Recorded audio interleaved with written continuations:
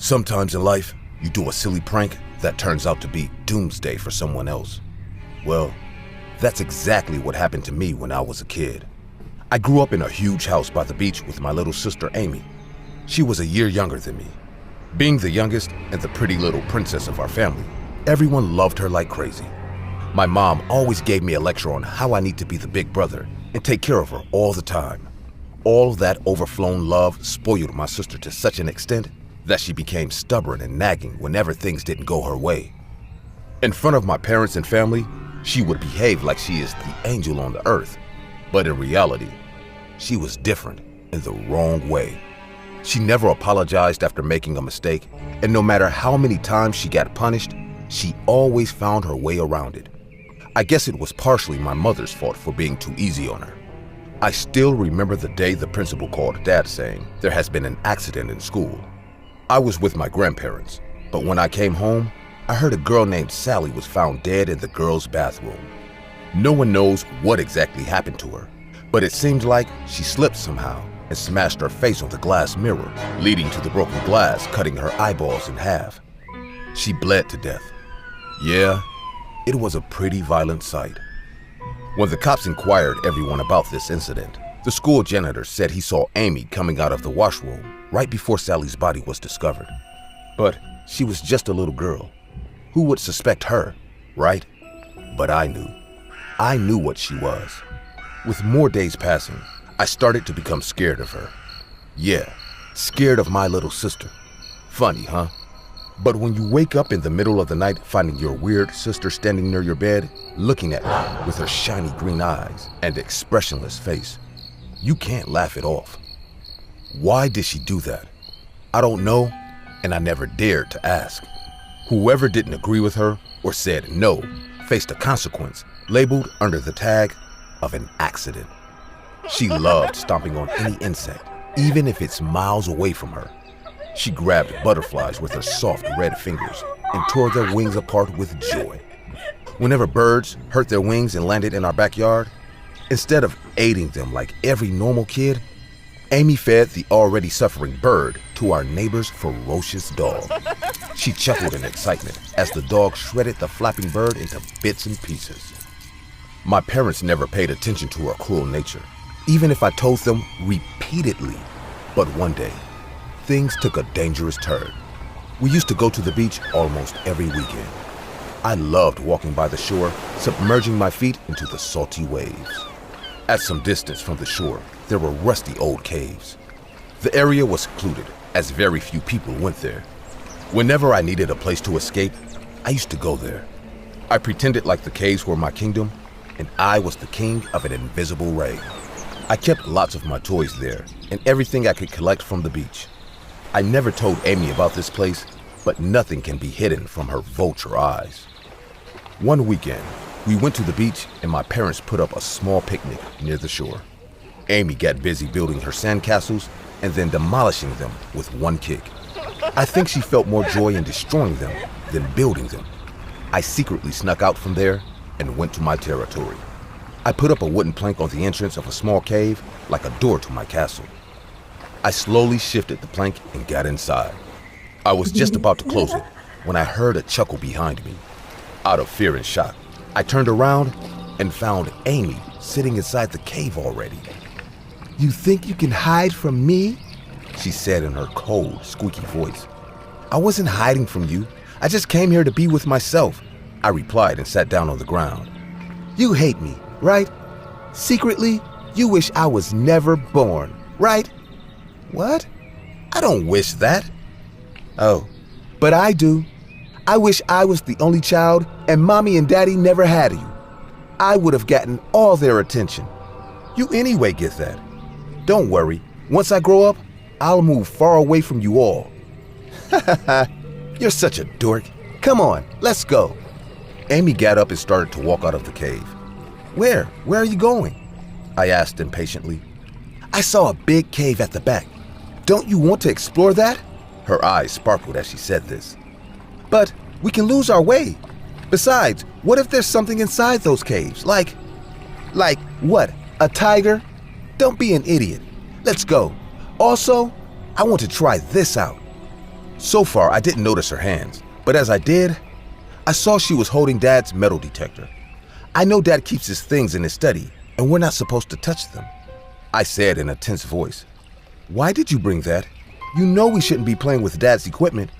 "Oh, come on. He wouldn't know unless you tell him, and you won't tell him." I knew she was not going to back off. We came out and started walking to the big cave behind the bushes. The summer wind created a rustling sound in the coconut trees. The big old cave stood like an epitome of mystery. Moss and fungus were growing all over its wall. Amy stopped right in front of the cave and stared at the dark, hollow entrance ahead. "Why are we even here?" I asked fearfully. "We are going to look for treasure. Don't you remember the story Mom told us last night? Caves like this are filled with treasures. Now let's go for our treasure hunt." Amy handed me a small flashlight and told me to show the way. I realized how mean and selfish she is. If anything bad came at us, she wanted me to face it. My own sister was using me as her shield just to have some fun in a stupid treasure hunt. But she was very greedy. If Amy found something attractive, my parents had to buy it for her, and if they didn't, she didn't hesitate to steal it at all. Mom's story triggered her to think she was going to find a hidden treasure inside this cave. That's why she brought Dad's metal detector. But I was sure. I knew she would go home empty-handed. I was walking with a flashlight while she strolled with her metal detector behind me. The continuous beeping of the detector echoed in the cave. Accidentally, I flashed a light on the ceiling, and an army of ugly, stinky bats flew over us, scaring the hell out of me. "Ah! You silly! Don't flash your light on them, idiot!" Amy didn't respect me at all. Maybe it was her cruel nature that made her immune to all kinds of jump scares. She snatched the flashlight from my hand and took the lead. Without saying a single word, I followed her. Even though she was not the perfect sister, I couldn't ditch her inside a dark cave.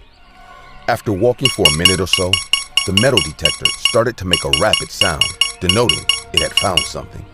Amy crouched down and started to dig the wet, muddy ground with her beach shovel. Within 5 seconds, she screamed in joy. "Look what I found!" She lifted her hand, and in the flashlight, I saw a sparkling bracelet. Her face lit up even more greed. The bracelet was shining like the stars in the night sky. I didn't at all expect something like this to be found here.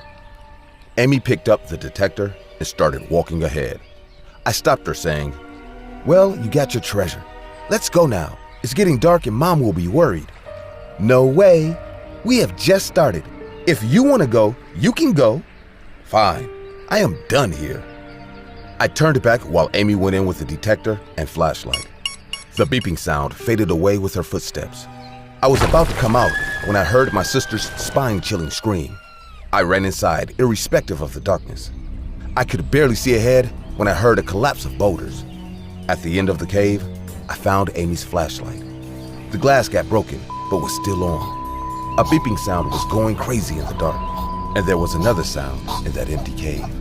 The sound of a little girl choking. I flashed the light following the sound, and I couldn't blink anymore.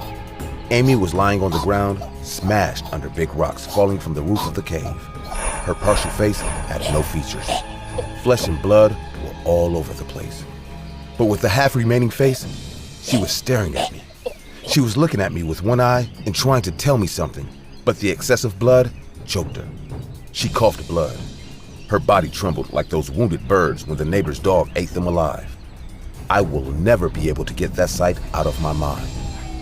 My parents rescued me with the help of the cops.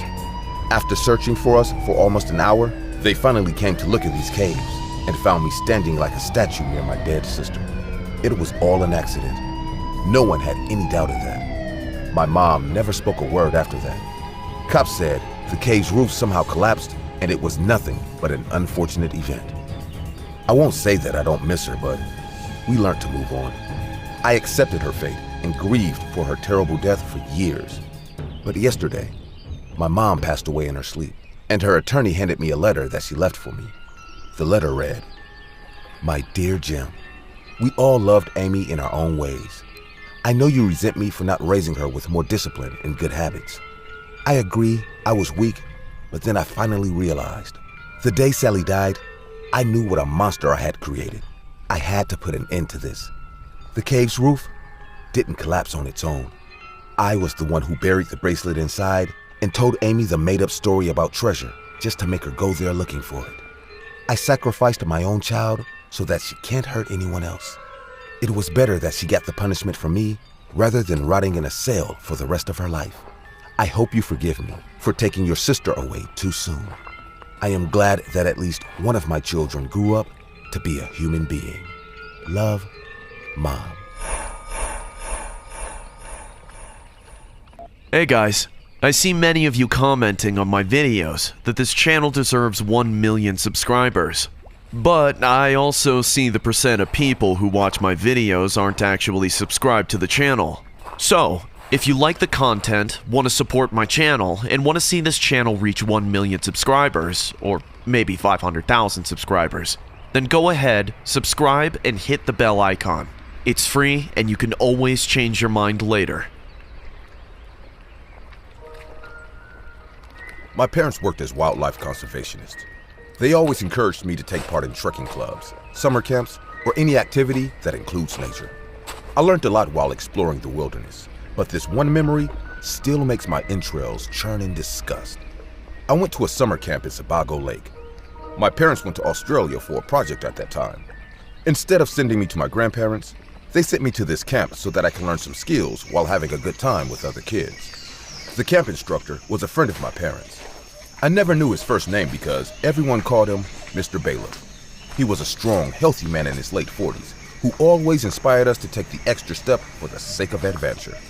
He had a small team of senior campers who were assigned to navigate us through the day-to-day routine. The senior campers were boys and girls aging from 16 to 17 years. All of them were pretty familiar with the camp style, which made me realize they have been with Mr. Bailiff for a long time. I, on the other hand, wasn't a newcomer either, as it was my third summer camp. I have always been an active child and loved taking part in almost everything. Apart from the co-curricular, I loved taking part in the summer treasure hunt. Almost every kid waited for it eagerly. To keep the game more spontaneous, Mr. Bailiff introduced this all-of-a-sudden technique. Whenever the air horn went on, everyone rushed outside to find a big jar filled with clues. The teams were divided, and the game began. We had to search all over the campsite, and sometimes even went inside the woods looking for clues. I was loving my stay there, but with time, I started to realize Mr. Bailiff is not the kind of man I thought he is. He used to get rude and insulting at times. If a kid couldn't pull off the task up to his expectations, he beat the shit out of that kid with his horrible choice of words. The anger in his eyes made him look ferocious when he scolded a kid over nothing. The senior campers never stopped him, which implies they were too scared to face him. Some seniors explained to us that Mr. Bailiff is only a strict instructor and means no harm. But what he did during our warm-up session made me feel disgusted. There was this one boy named Kurt who loved eating a lot. He was a bit overweight, but we were just kids. At that age, no one could say no to chocolate pudding. Kurt loved chocolate pudding and couldn't resist himself. After breakfast, we went to our wilderness exploration with Mr. Bailiff. He was teaching us about the different kind of plants and animals residing in our ecosystem. Everyone was listening to him with great attention when a girl screamed in fear. We all turned to her and saw her pointing at the ground behind a bush. Mr. Bailiff walked to her, and everyone else followed. As we reached near the bush, we saw rotten remains of a dead possum. Flies were hovering on it, and a bad stench covered the air nearby. Mr. Bailiff turned to us and said, "No need to be scared. This is just a circle of life. Does anyone want to step ahead to bury this little guy?" No one wanted to, but these were Mr. Bailiff's weird life lessons that we had to abide by. When no one stepped up, he chose Kurt to do this job. With an overfilled tummy and long walk in the heat, Kurt was feeling uncomfortable enough. He said in a scared voice, I don't want to do this, sir." "Why? Don't you know how to fig dirt?" "No, I do, but I don't want to go near it. It stinks." Mr. Bailiff screamed at him as usual and forced him to bury that possum's remain under the ground. Kurt dug up the first chunk of mud, and I heard him gag once. No doubt he was feeling nauseous, and as soon as he leaned on to move the possum using a stick, he puked on himself. The undigested pudding was all over his clothes. He started sobbing out of embarrassment, but Mr. Bailiff didn't spare him even after that. He yelled in his strict voice, I don't care if you vomit everywhere or even shit your pants. If you don't finish this task, I will make you eat your puke, boy. What other option did he have? He did as he was told while being drenched in his puke. The camp of enjoyment soon started to turn into the camp of torture. Mr. Bailiff was just too smart. He tortured the kids in the name of wilderness exploration and made it seem like he was teaching us how to overcome our comfort zones. Every kid in my dorm wished this nightmare to end so that they could return home. On the last week of our summer camp, we were counting days for it to end when Mr. Bailiff announced a treasure hunt. Following the rules, we got divided into teams and handed over the clues. There were artificial obstacles created for us to increase the thrill. Small hurdles such as crawling through a muddy ditch, jumping fences, climbing ropes to collect a clue was a part of it. Our team had to search for one clue inside the woods.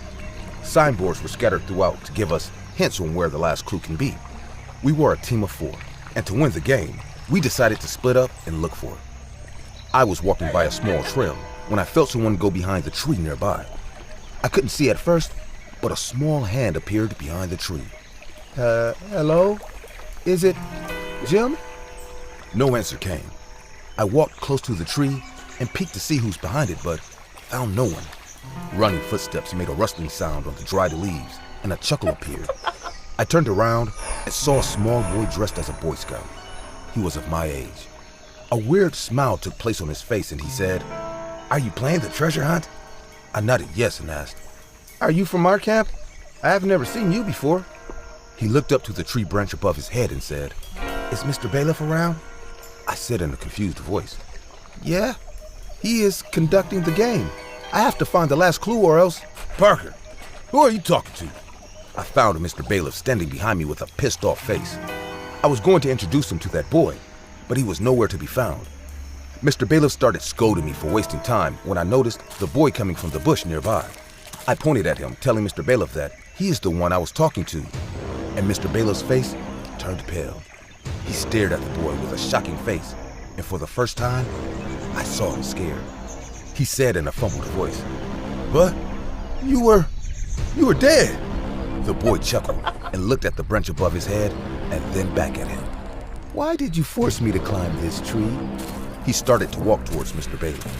I was stunned to see how excessively scared Mr. Bailiff was of this little boy. The more the boy walked close to him, the more Mr. Bailiff stepped back. He was sweating in fear and mumbled something. I couldn't make out what he was trying to say, but I noticed he was going to a steep edge. Mr. Bailiff was one step away from the edge when the boy stopped. He stood silently for some time, and then his head turned back at me. Just his head. I could hear the crushing of bones as his head turned to his back, and he looked at the tree once again, and then ripped off his head with his dirty little hands. Mr. Bailiff screamed one last time, and I heard a huge fall. I must have fainted too after seeing such a horrific sight. The senior campers rescued me and called the cops. Mr. Bailiff was taken to the hospital. Even though he didn't die, he broke his neck in such a terrible way that he has become paralyzed for the rest of his life. Before I could ask who that boy was, I overheard an incident that happened 2 years back. A boy named David came here for the summer. During one game of treasure hunt, Mr. Bailiff went a bit too rough on him and forced him to climb that tall tree, irrespective of the dangers that could occur. The boy was scared and traumatized, but Mr. Bailiff went on pushing him like always. Suddenly, he slipped and fell to the ground before anyone could catch him. He broke his neck and never woke up again. His parents were told it was just an accident, and no one revealed how responsible Mr. Bailiff was for that. I am happy that the poor kid got his revenge. A man like Mr. Bailiff deserves it.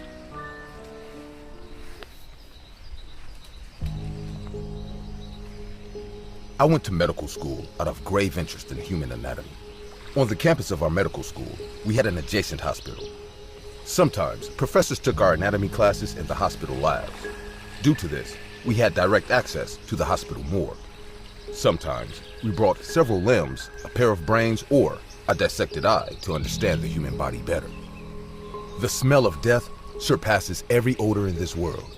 I have witnessed students collapsing on the morgue floor while witnessing embalming or dissection of a particular organ. Slowly, everyone catches up because you know what to expect before choosing this field. But there's this one girl in our batch who never did well around a corpse. For the sake of this story, we'll call her Lizzie.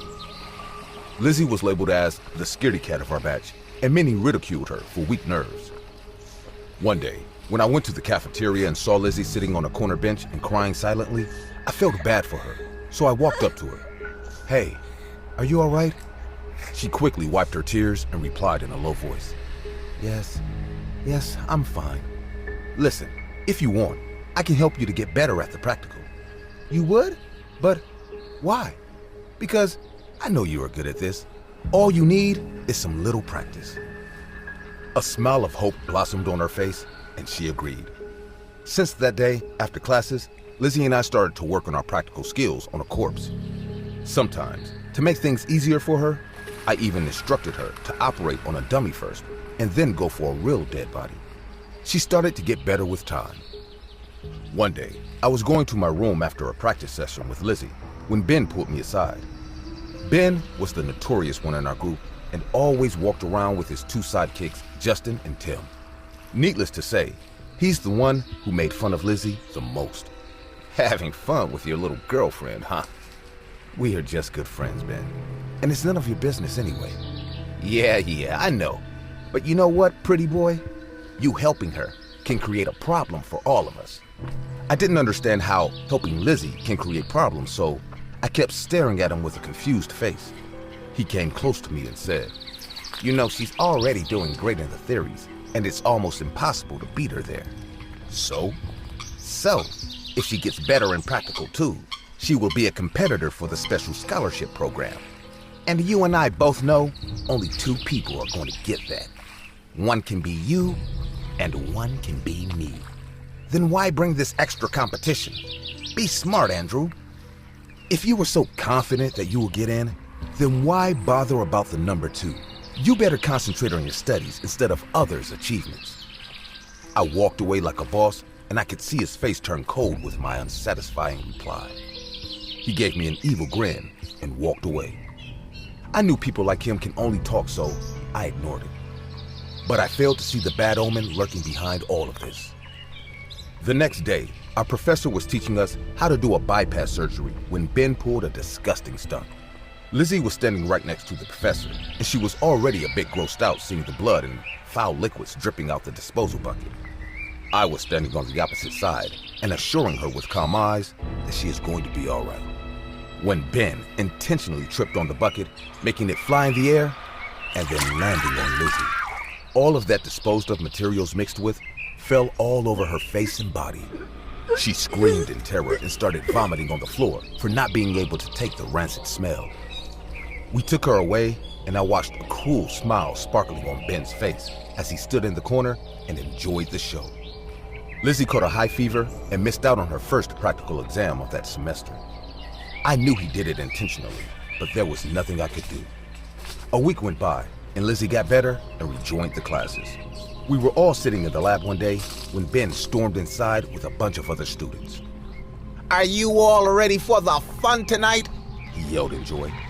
Everyone raised their hands to cheer with him. Ben declared there's going to be a treasure hunt game tonight, and it's a tradition that everyone must take part in. After dinner, we all gathered in the community hall of the hostel. 3 groups were formed, with 5 members in each. I don't know why, but Ben selected Lizzie on his team. We were handed over clues and directed to find the treasure that had been hidden inside the hostel premises. Every group ran in different directions, following their clue. Lizzie looked at me with a nervous face, and I assured her she'll be okay. Ben's group went to the left, and mine to the right. The clues were very kiddish, and it didn't take us much to solve. Our team was walking down the emergency stairs, looking for the last and final clue, when I overheard a conversation. It was Justin and Tim. "Can't wait to see the show tonight. I want to see the look on her face when she finds the treasure." Poor Lizzie. Ben is going to scare the hell out of her. Hearing this, I rushed following their voices and found them going to the other side of the building. I grabbed Justin's t-shirt from behind and punched him on the stomach. "What the hell is going on? Where's Ben?" "Let me go. Tell me his evil plan, or I will punch you until your guts come out of your mouth." Ben has placed a severed hand under Lizzie's pillow, which is the treasure we're all playing for. Trust me, it's all him. I didn't do anything. He wanted to scare her. That's why he planned this entire hunt. I ran to Lizzie's room. I know if she gets a shock again, she will probably leave this course and return home. She will lose all hope, and her life will be ruined by some jerk. As soon as I reached her room, I saw Ben standing outside her door and trying to listen to what's happening inside. Everyone else was also gathered there, and I felt sick seeing them make fun of a traumatized girl. Seeing me rush towards her room, he understood I'm going to bulldoze his bizarre treasure hunt. He jumped on me. Before I could free myself, his two sidekicks grabbed me from behind and pinned me down on the floor. No, pretty boy. You're not gonna ruin my plan. Just a minute more, and it will all be over. Lizzie will win after she finds the treasure. Justin and Tim grabbed me tightly. Ben placed his hands on my mouth so I couldn't alarm Lizzie by making any sound. Everything was quiet, and I could hear movements inside the room. I told myself, any minute now. Lizzie is probably heading to her bed, and she is soon to discover a bloody hand under her pillow. 5 seconds went by. A minute went by. 5 minutes went by, and we didn't hear her scream. By this time, everyone reached near her room and started to rebuke Ben for his disgusting prank. Getting scared by my group, Tim and Justin let me go, and a huge brawl took place. We all bolted inside the room, and I screamed, "Lizzie, are you?" But as we all stepped in the room, we found Lizzie sitting on her bed and munching the flesh of that rotten hand. Her entire mouth was smeared with blood and skin. Maggots were crawling on her lips from that hand. A reeking smell choked the fresh air in the room. Some started vomiting on the floor seeing her as that, and Tim ran away screaming. Ben stood there like a statue. Who knew a stupid treasure hunt will take such a terrifying turn? I took a step ahead, shaking with fear, and said in a fumbling voice, "Liz, what are you doing? Liz, stop it!" She looked at me as if she doesn't know who I am. Her eyes were wide, and for the first time, I didn't see any fear in them. She looked back at the hand, and then at Ben. A scary, hungry grin appeared on her face. She slowly got up from the bed and jumped on Ben all of a sudden.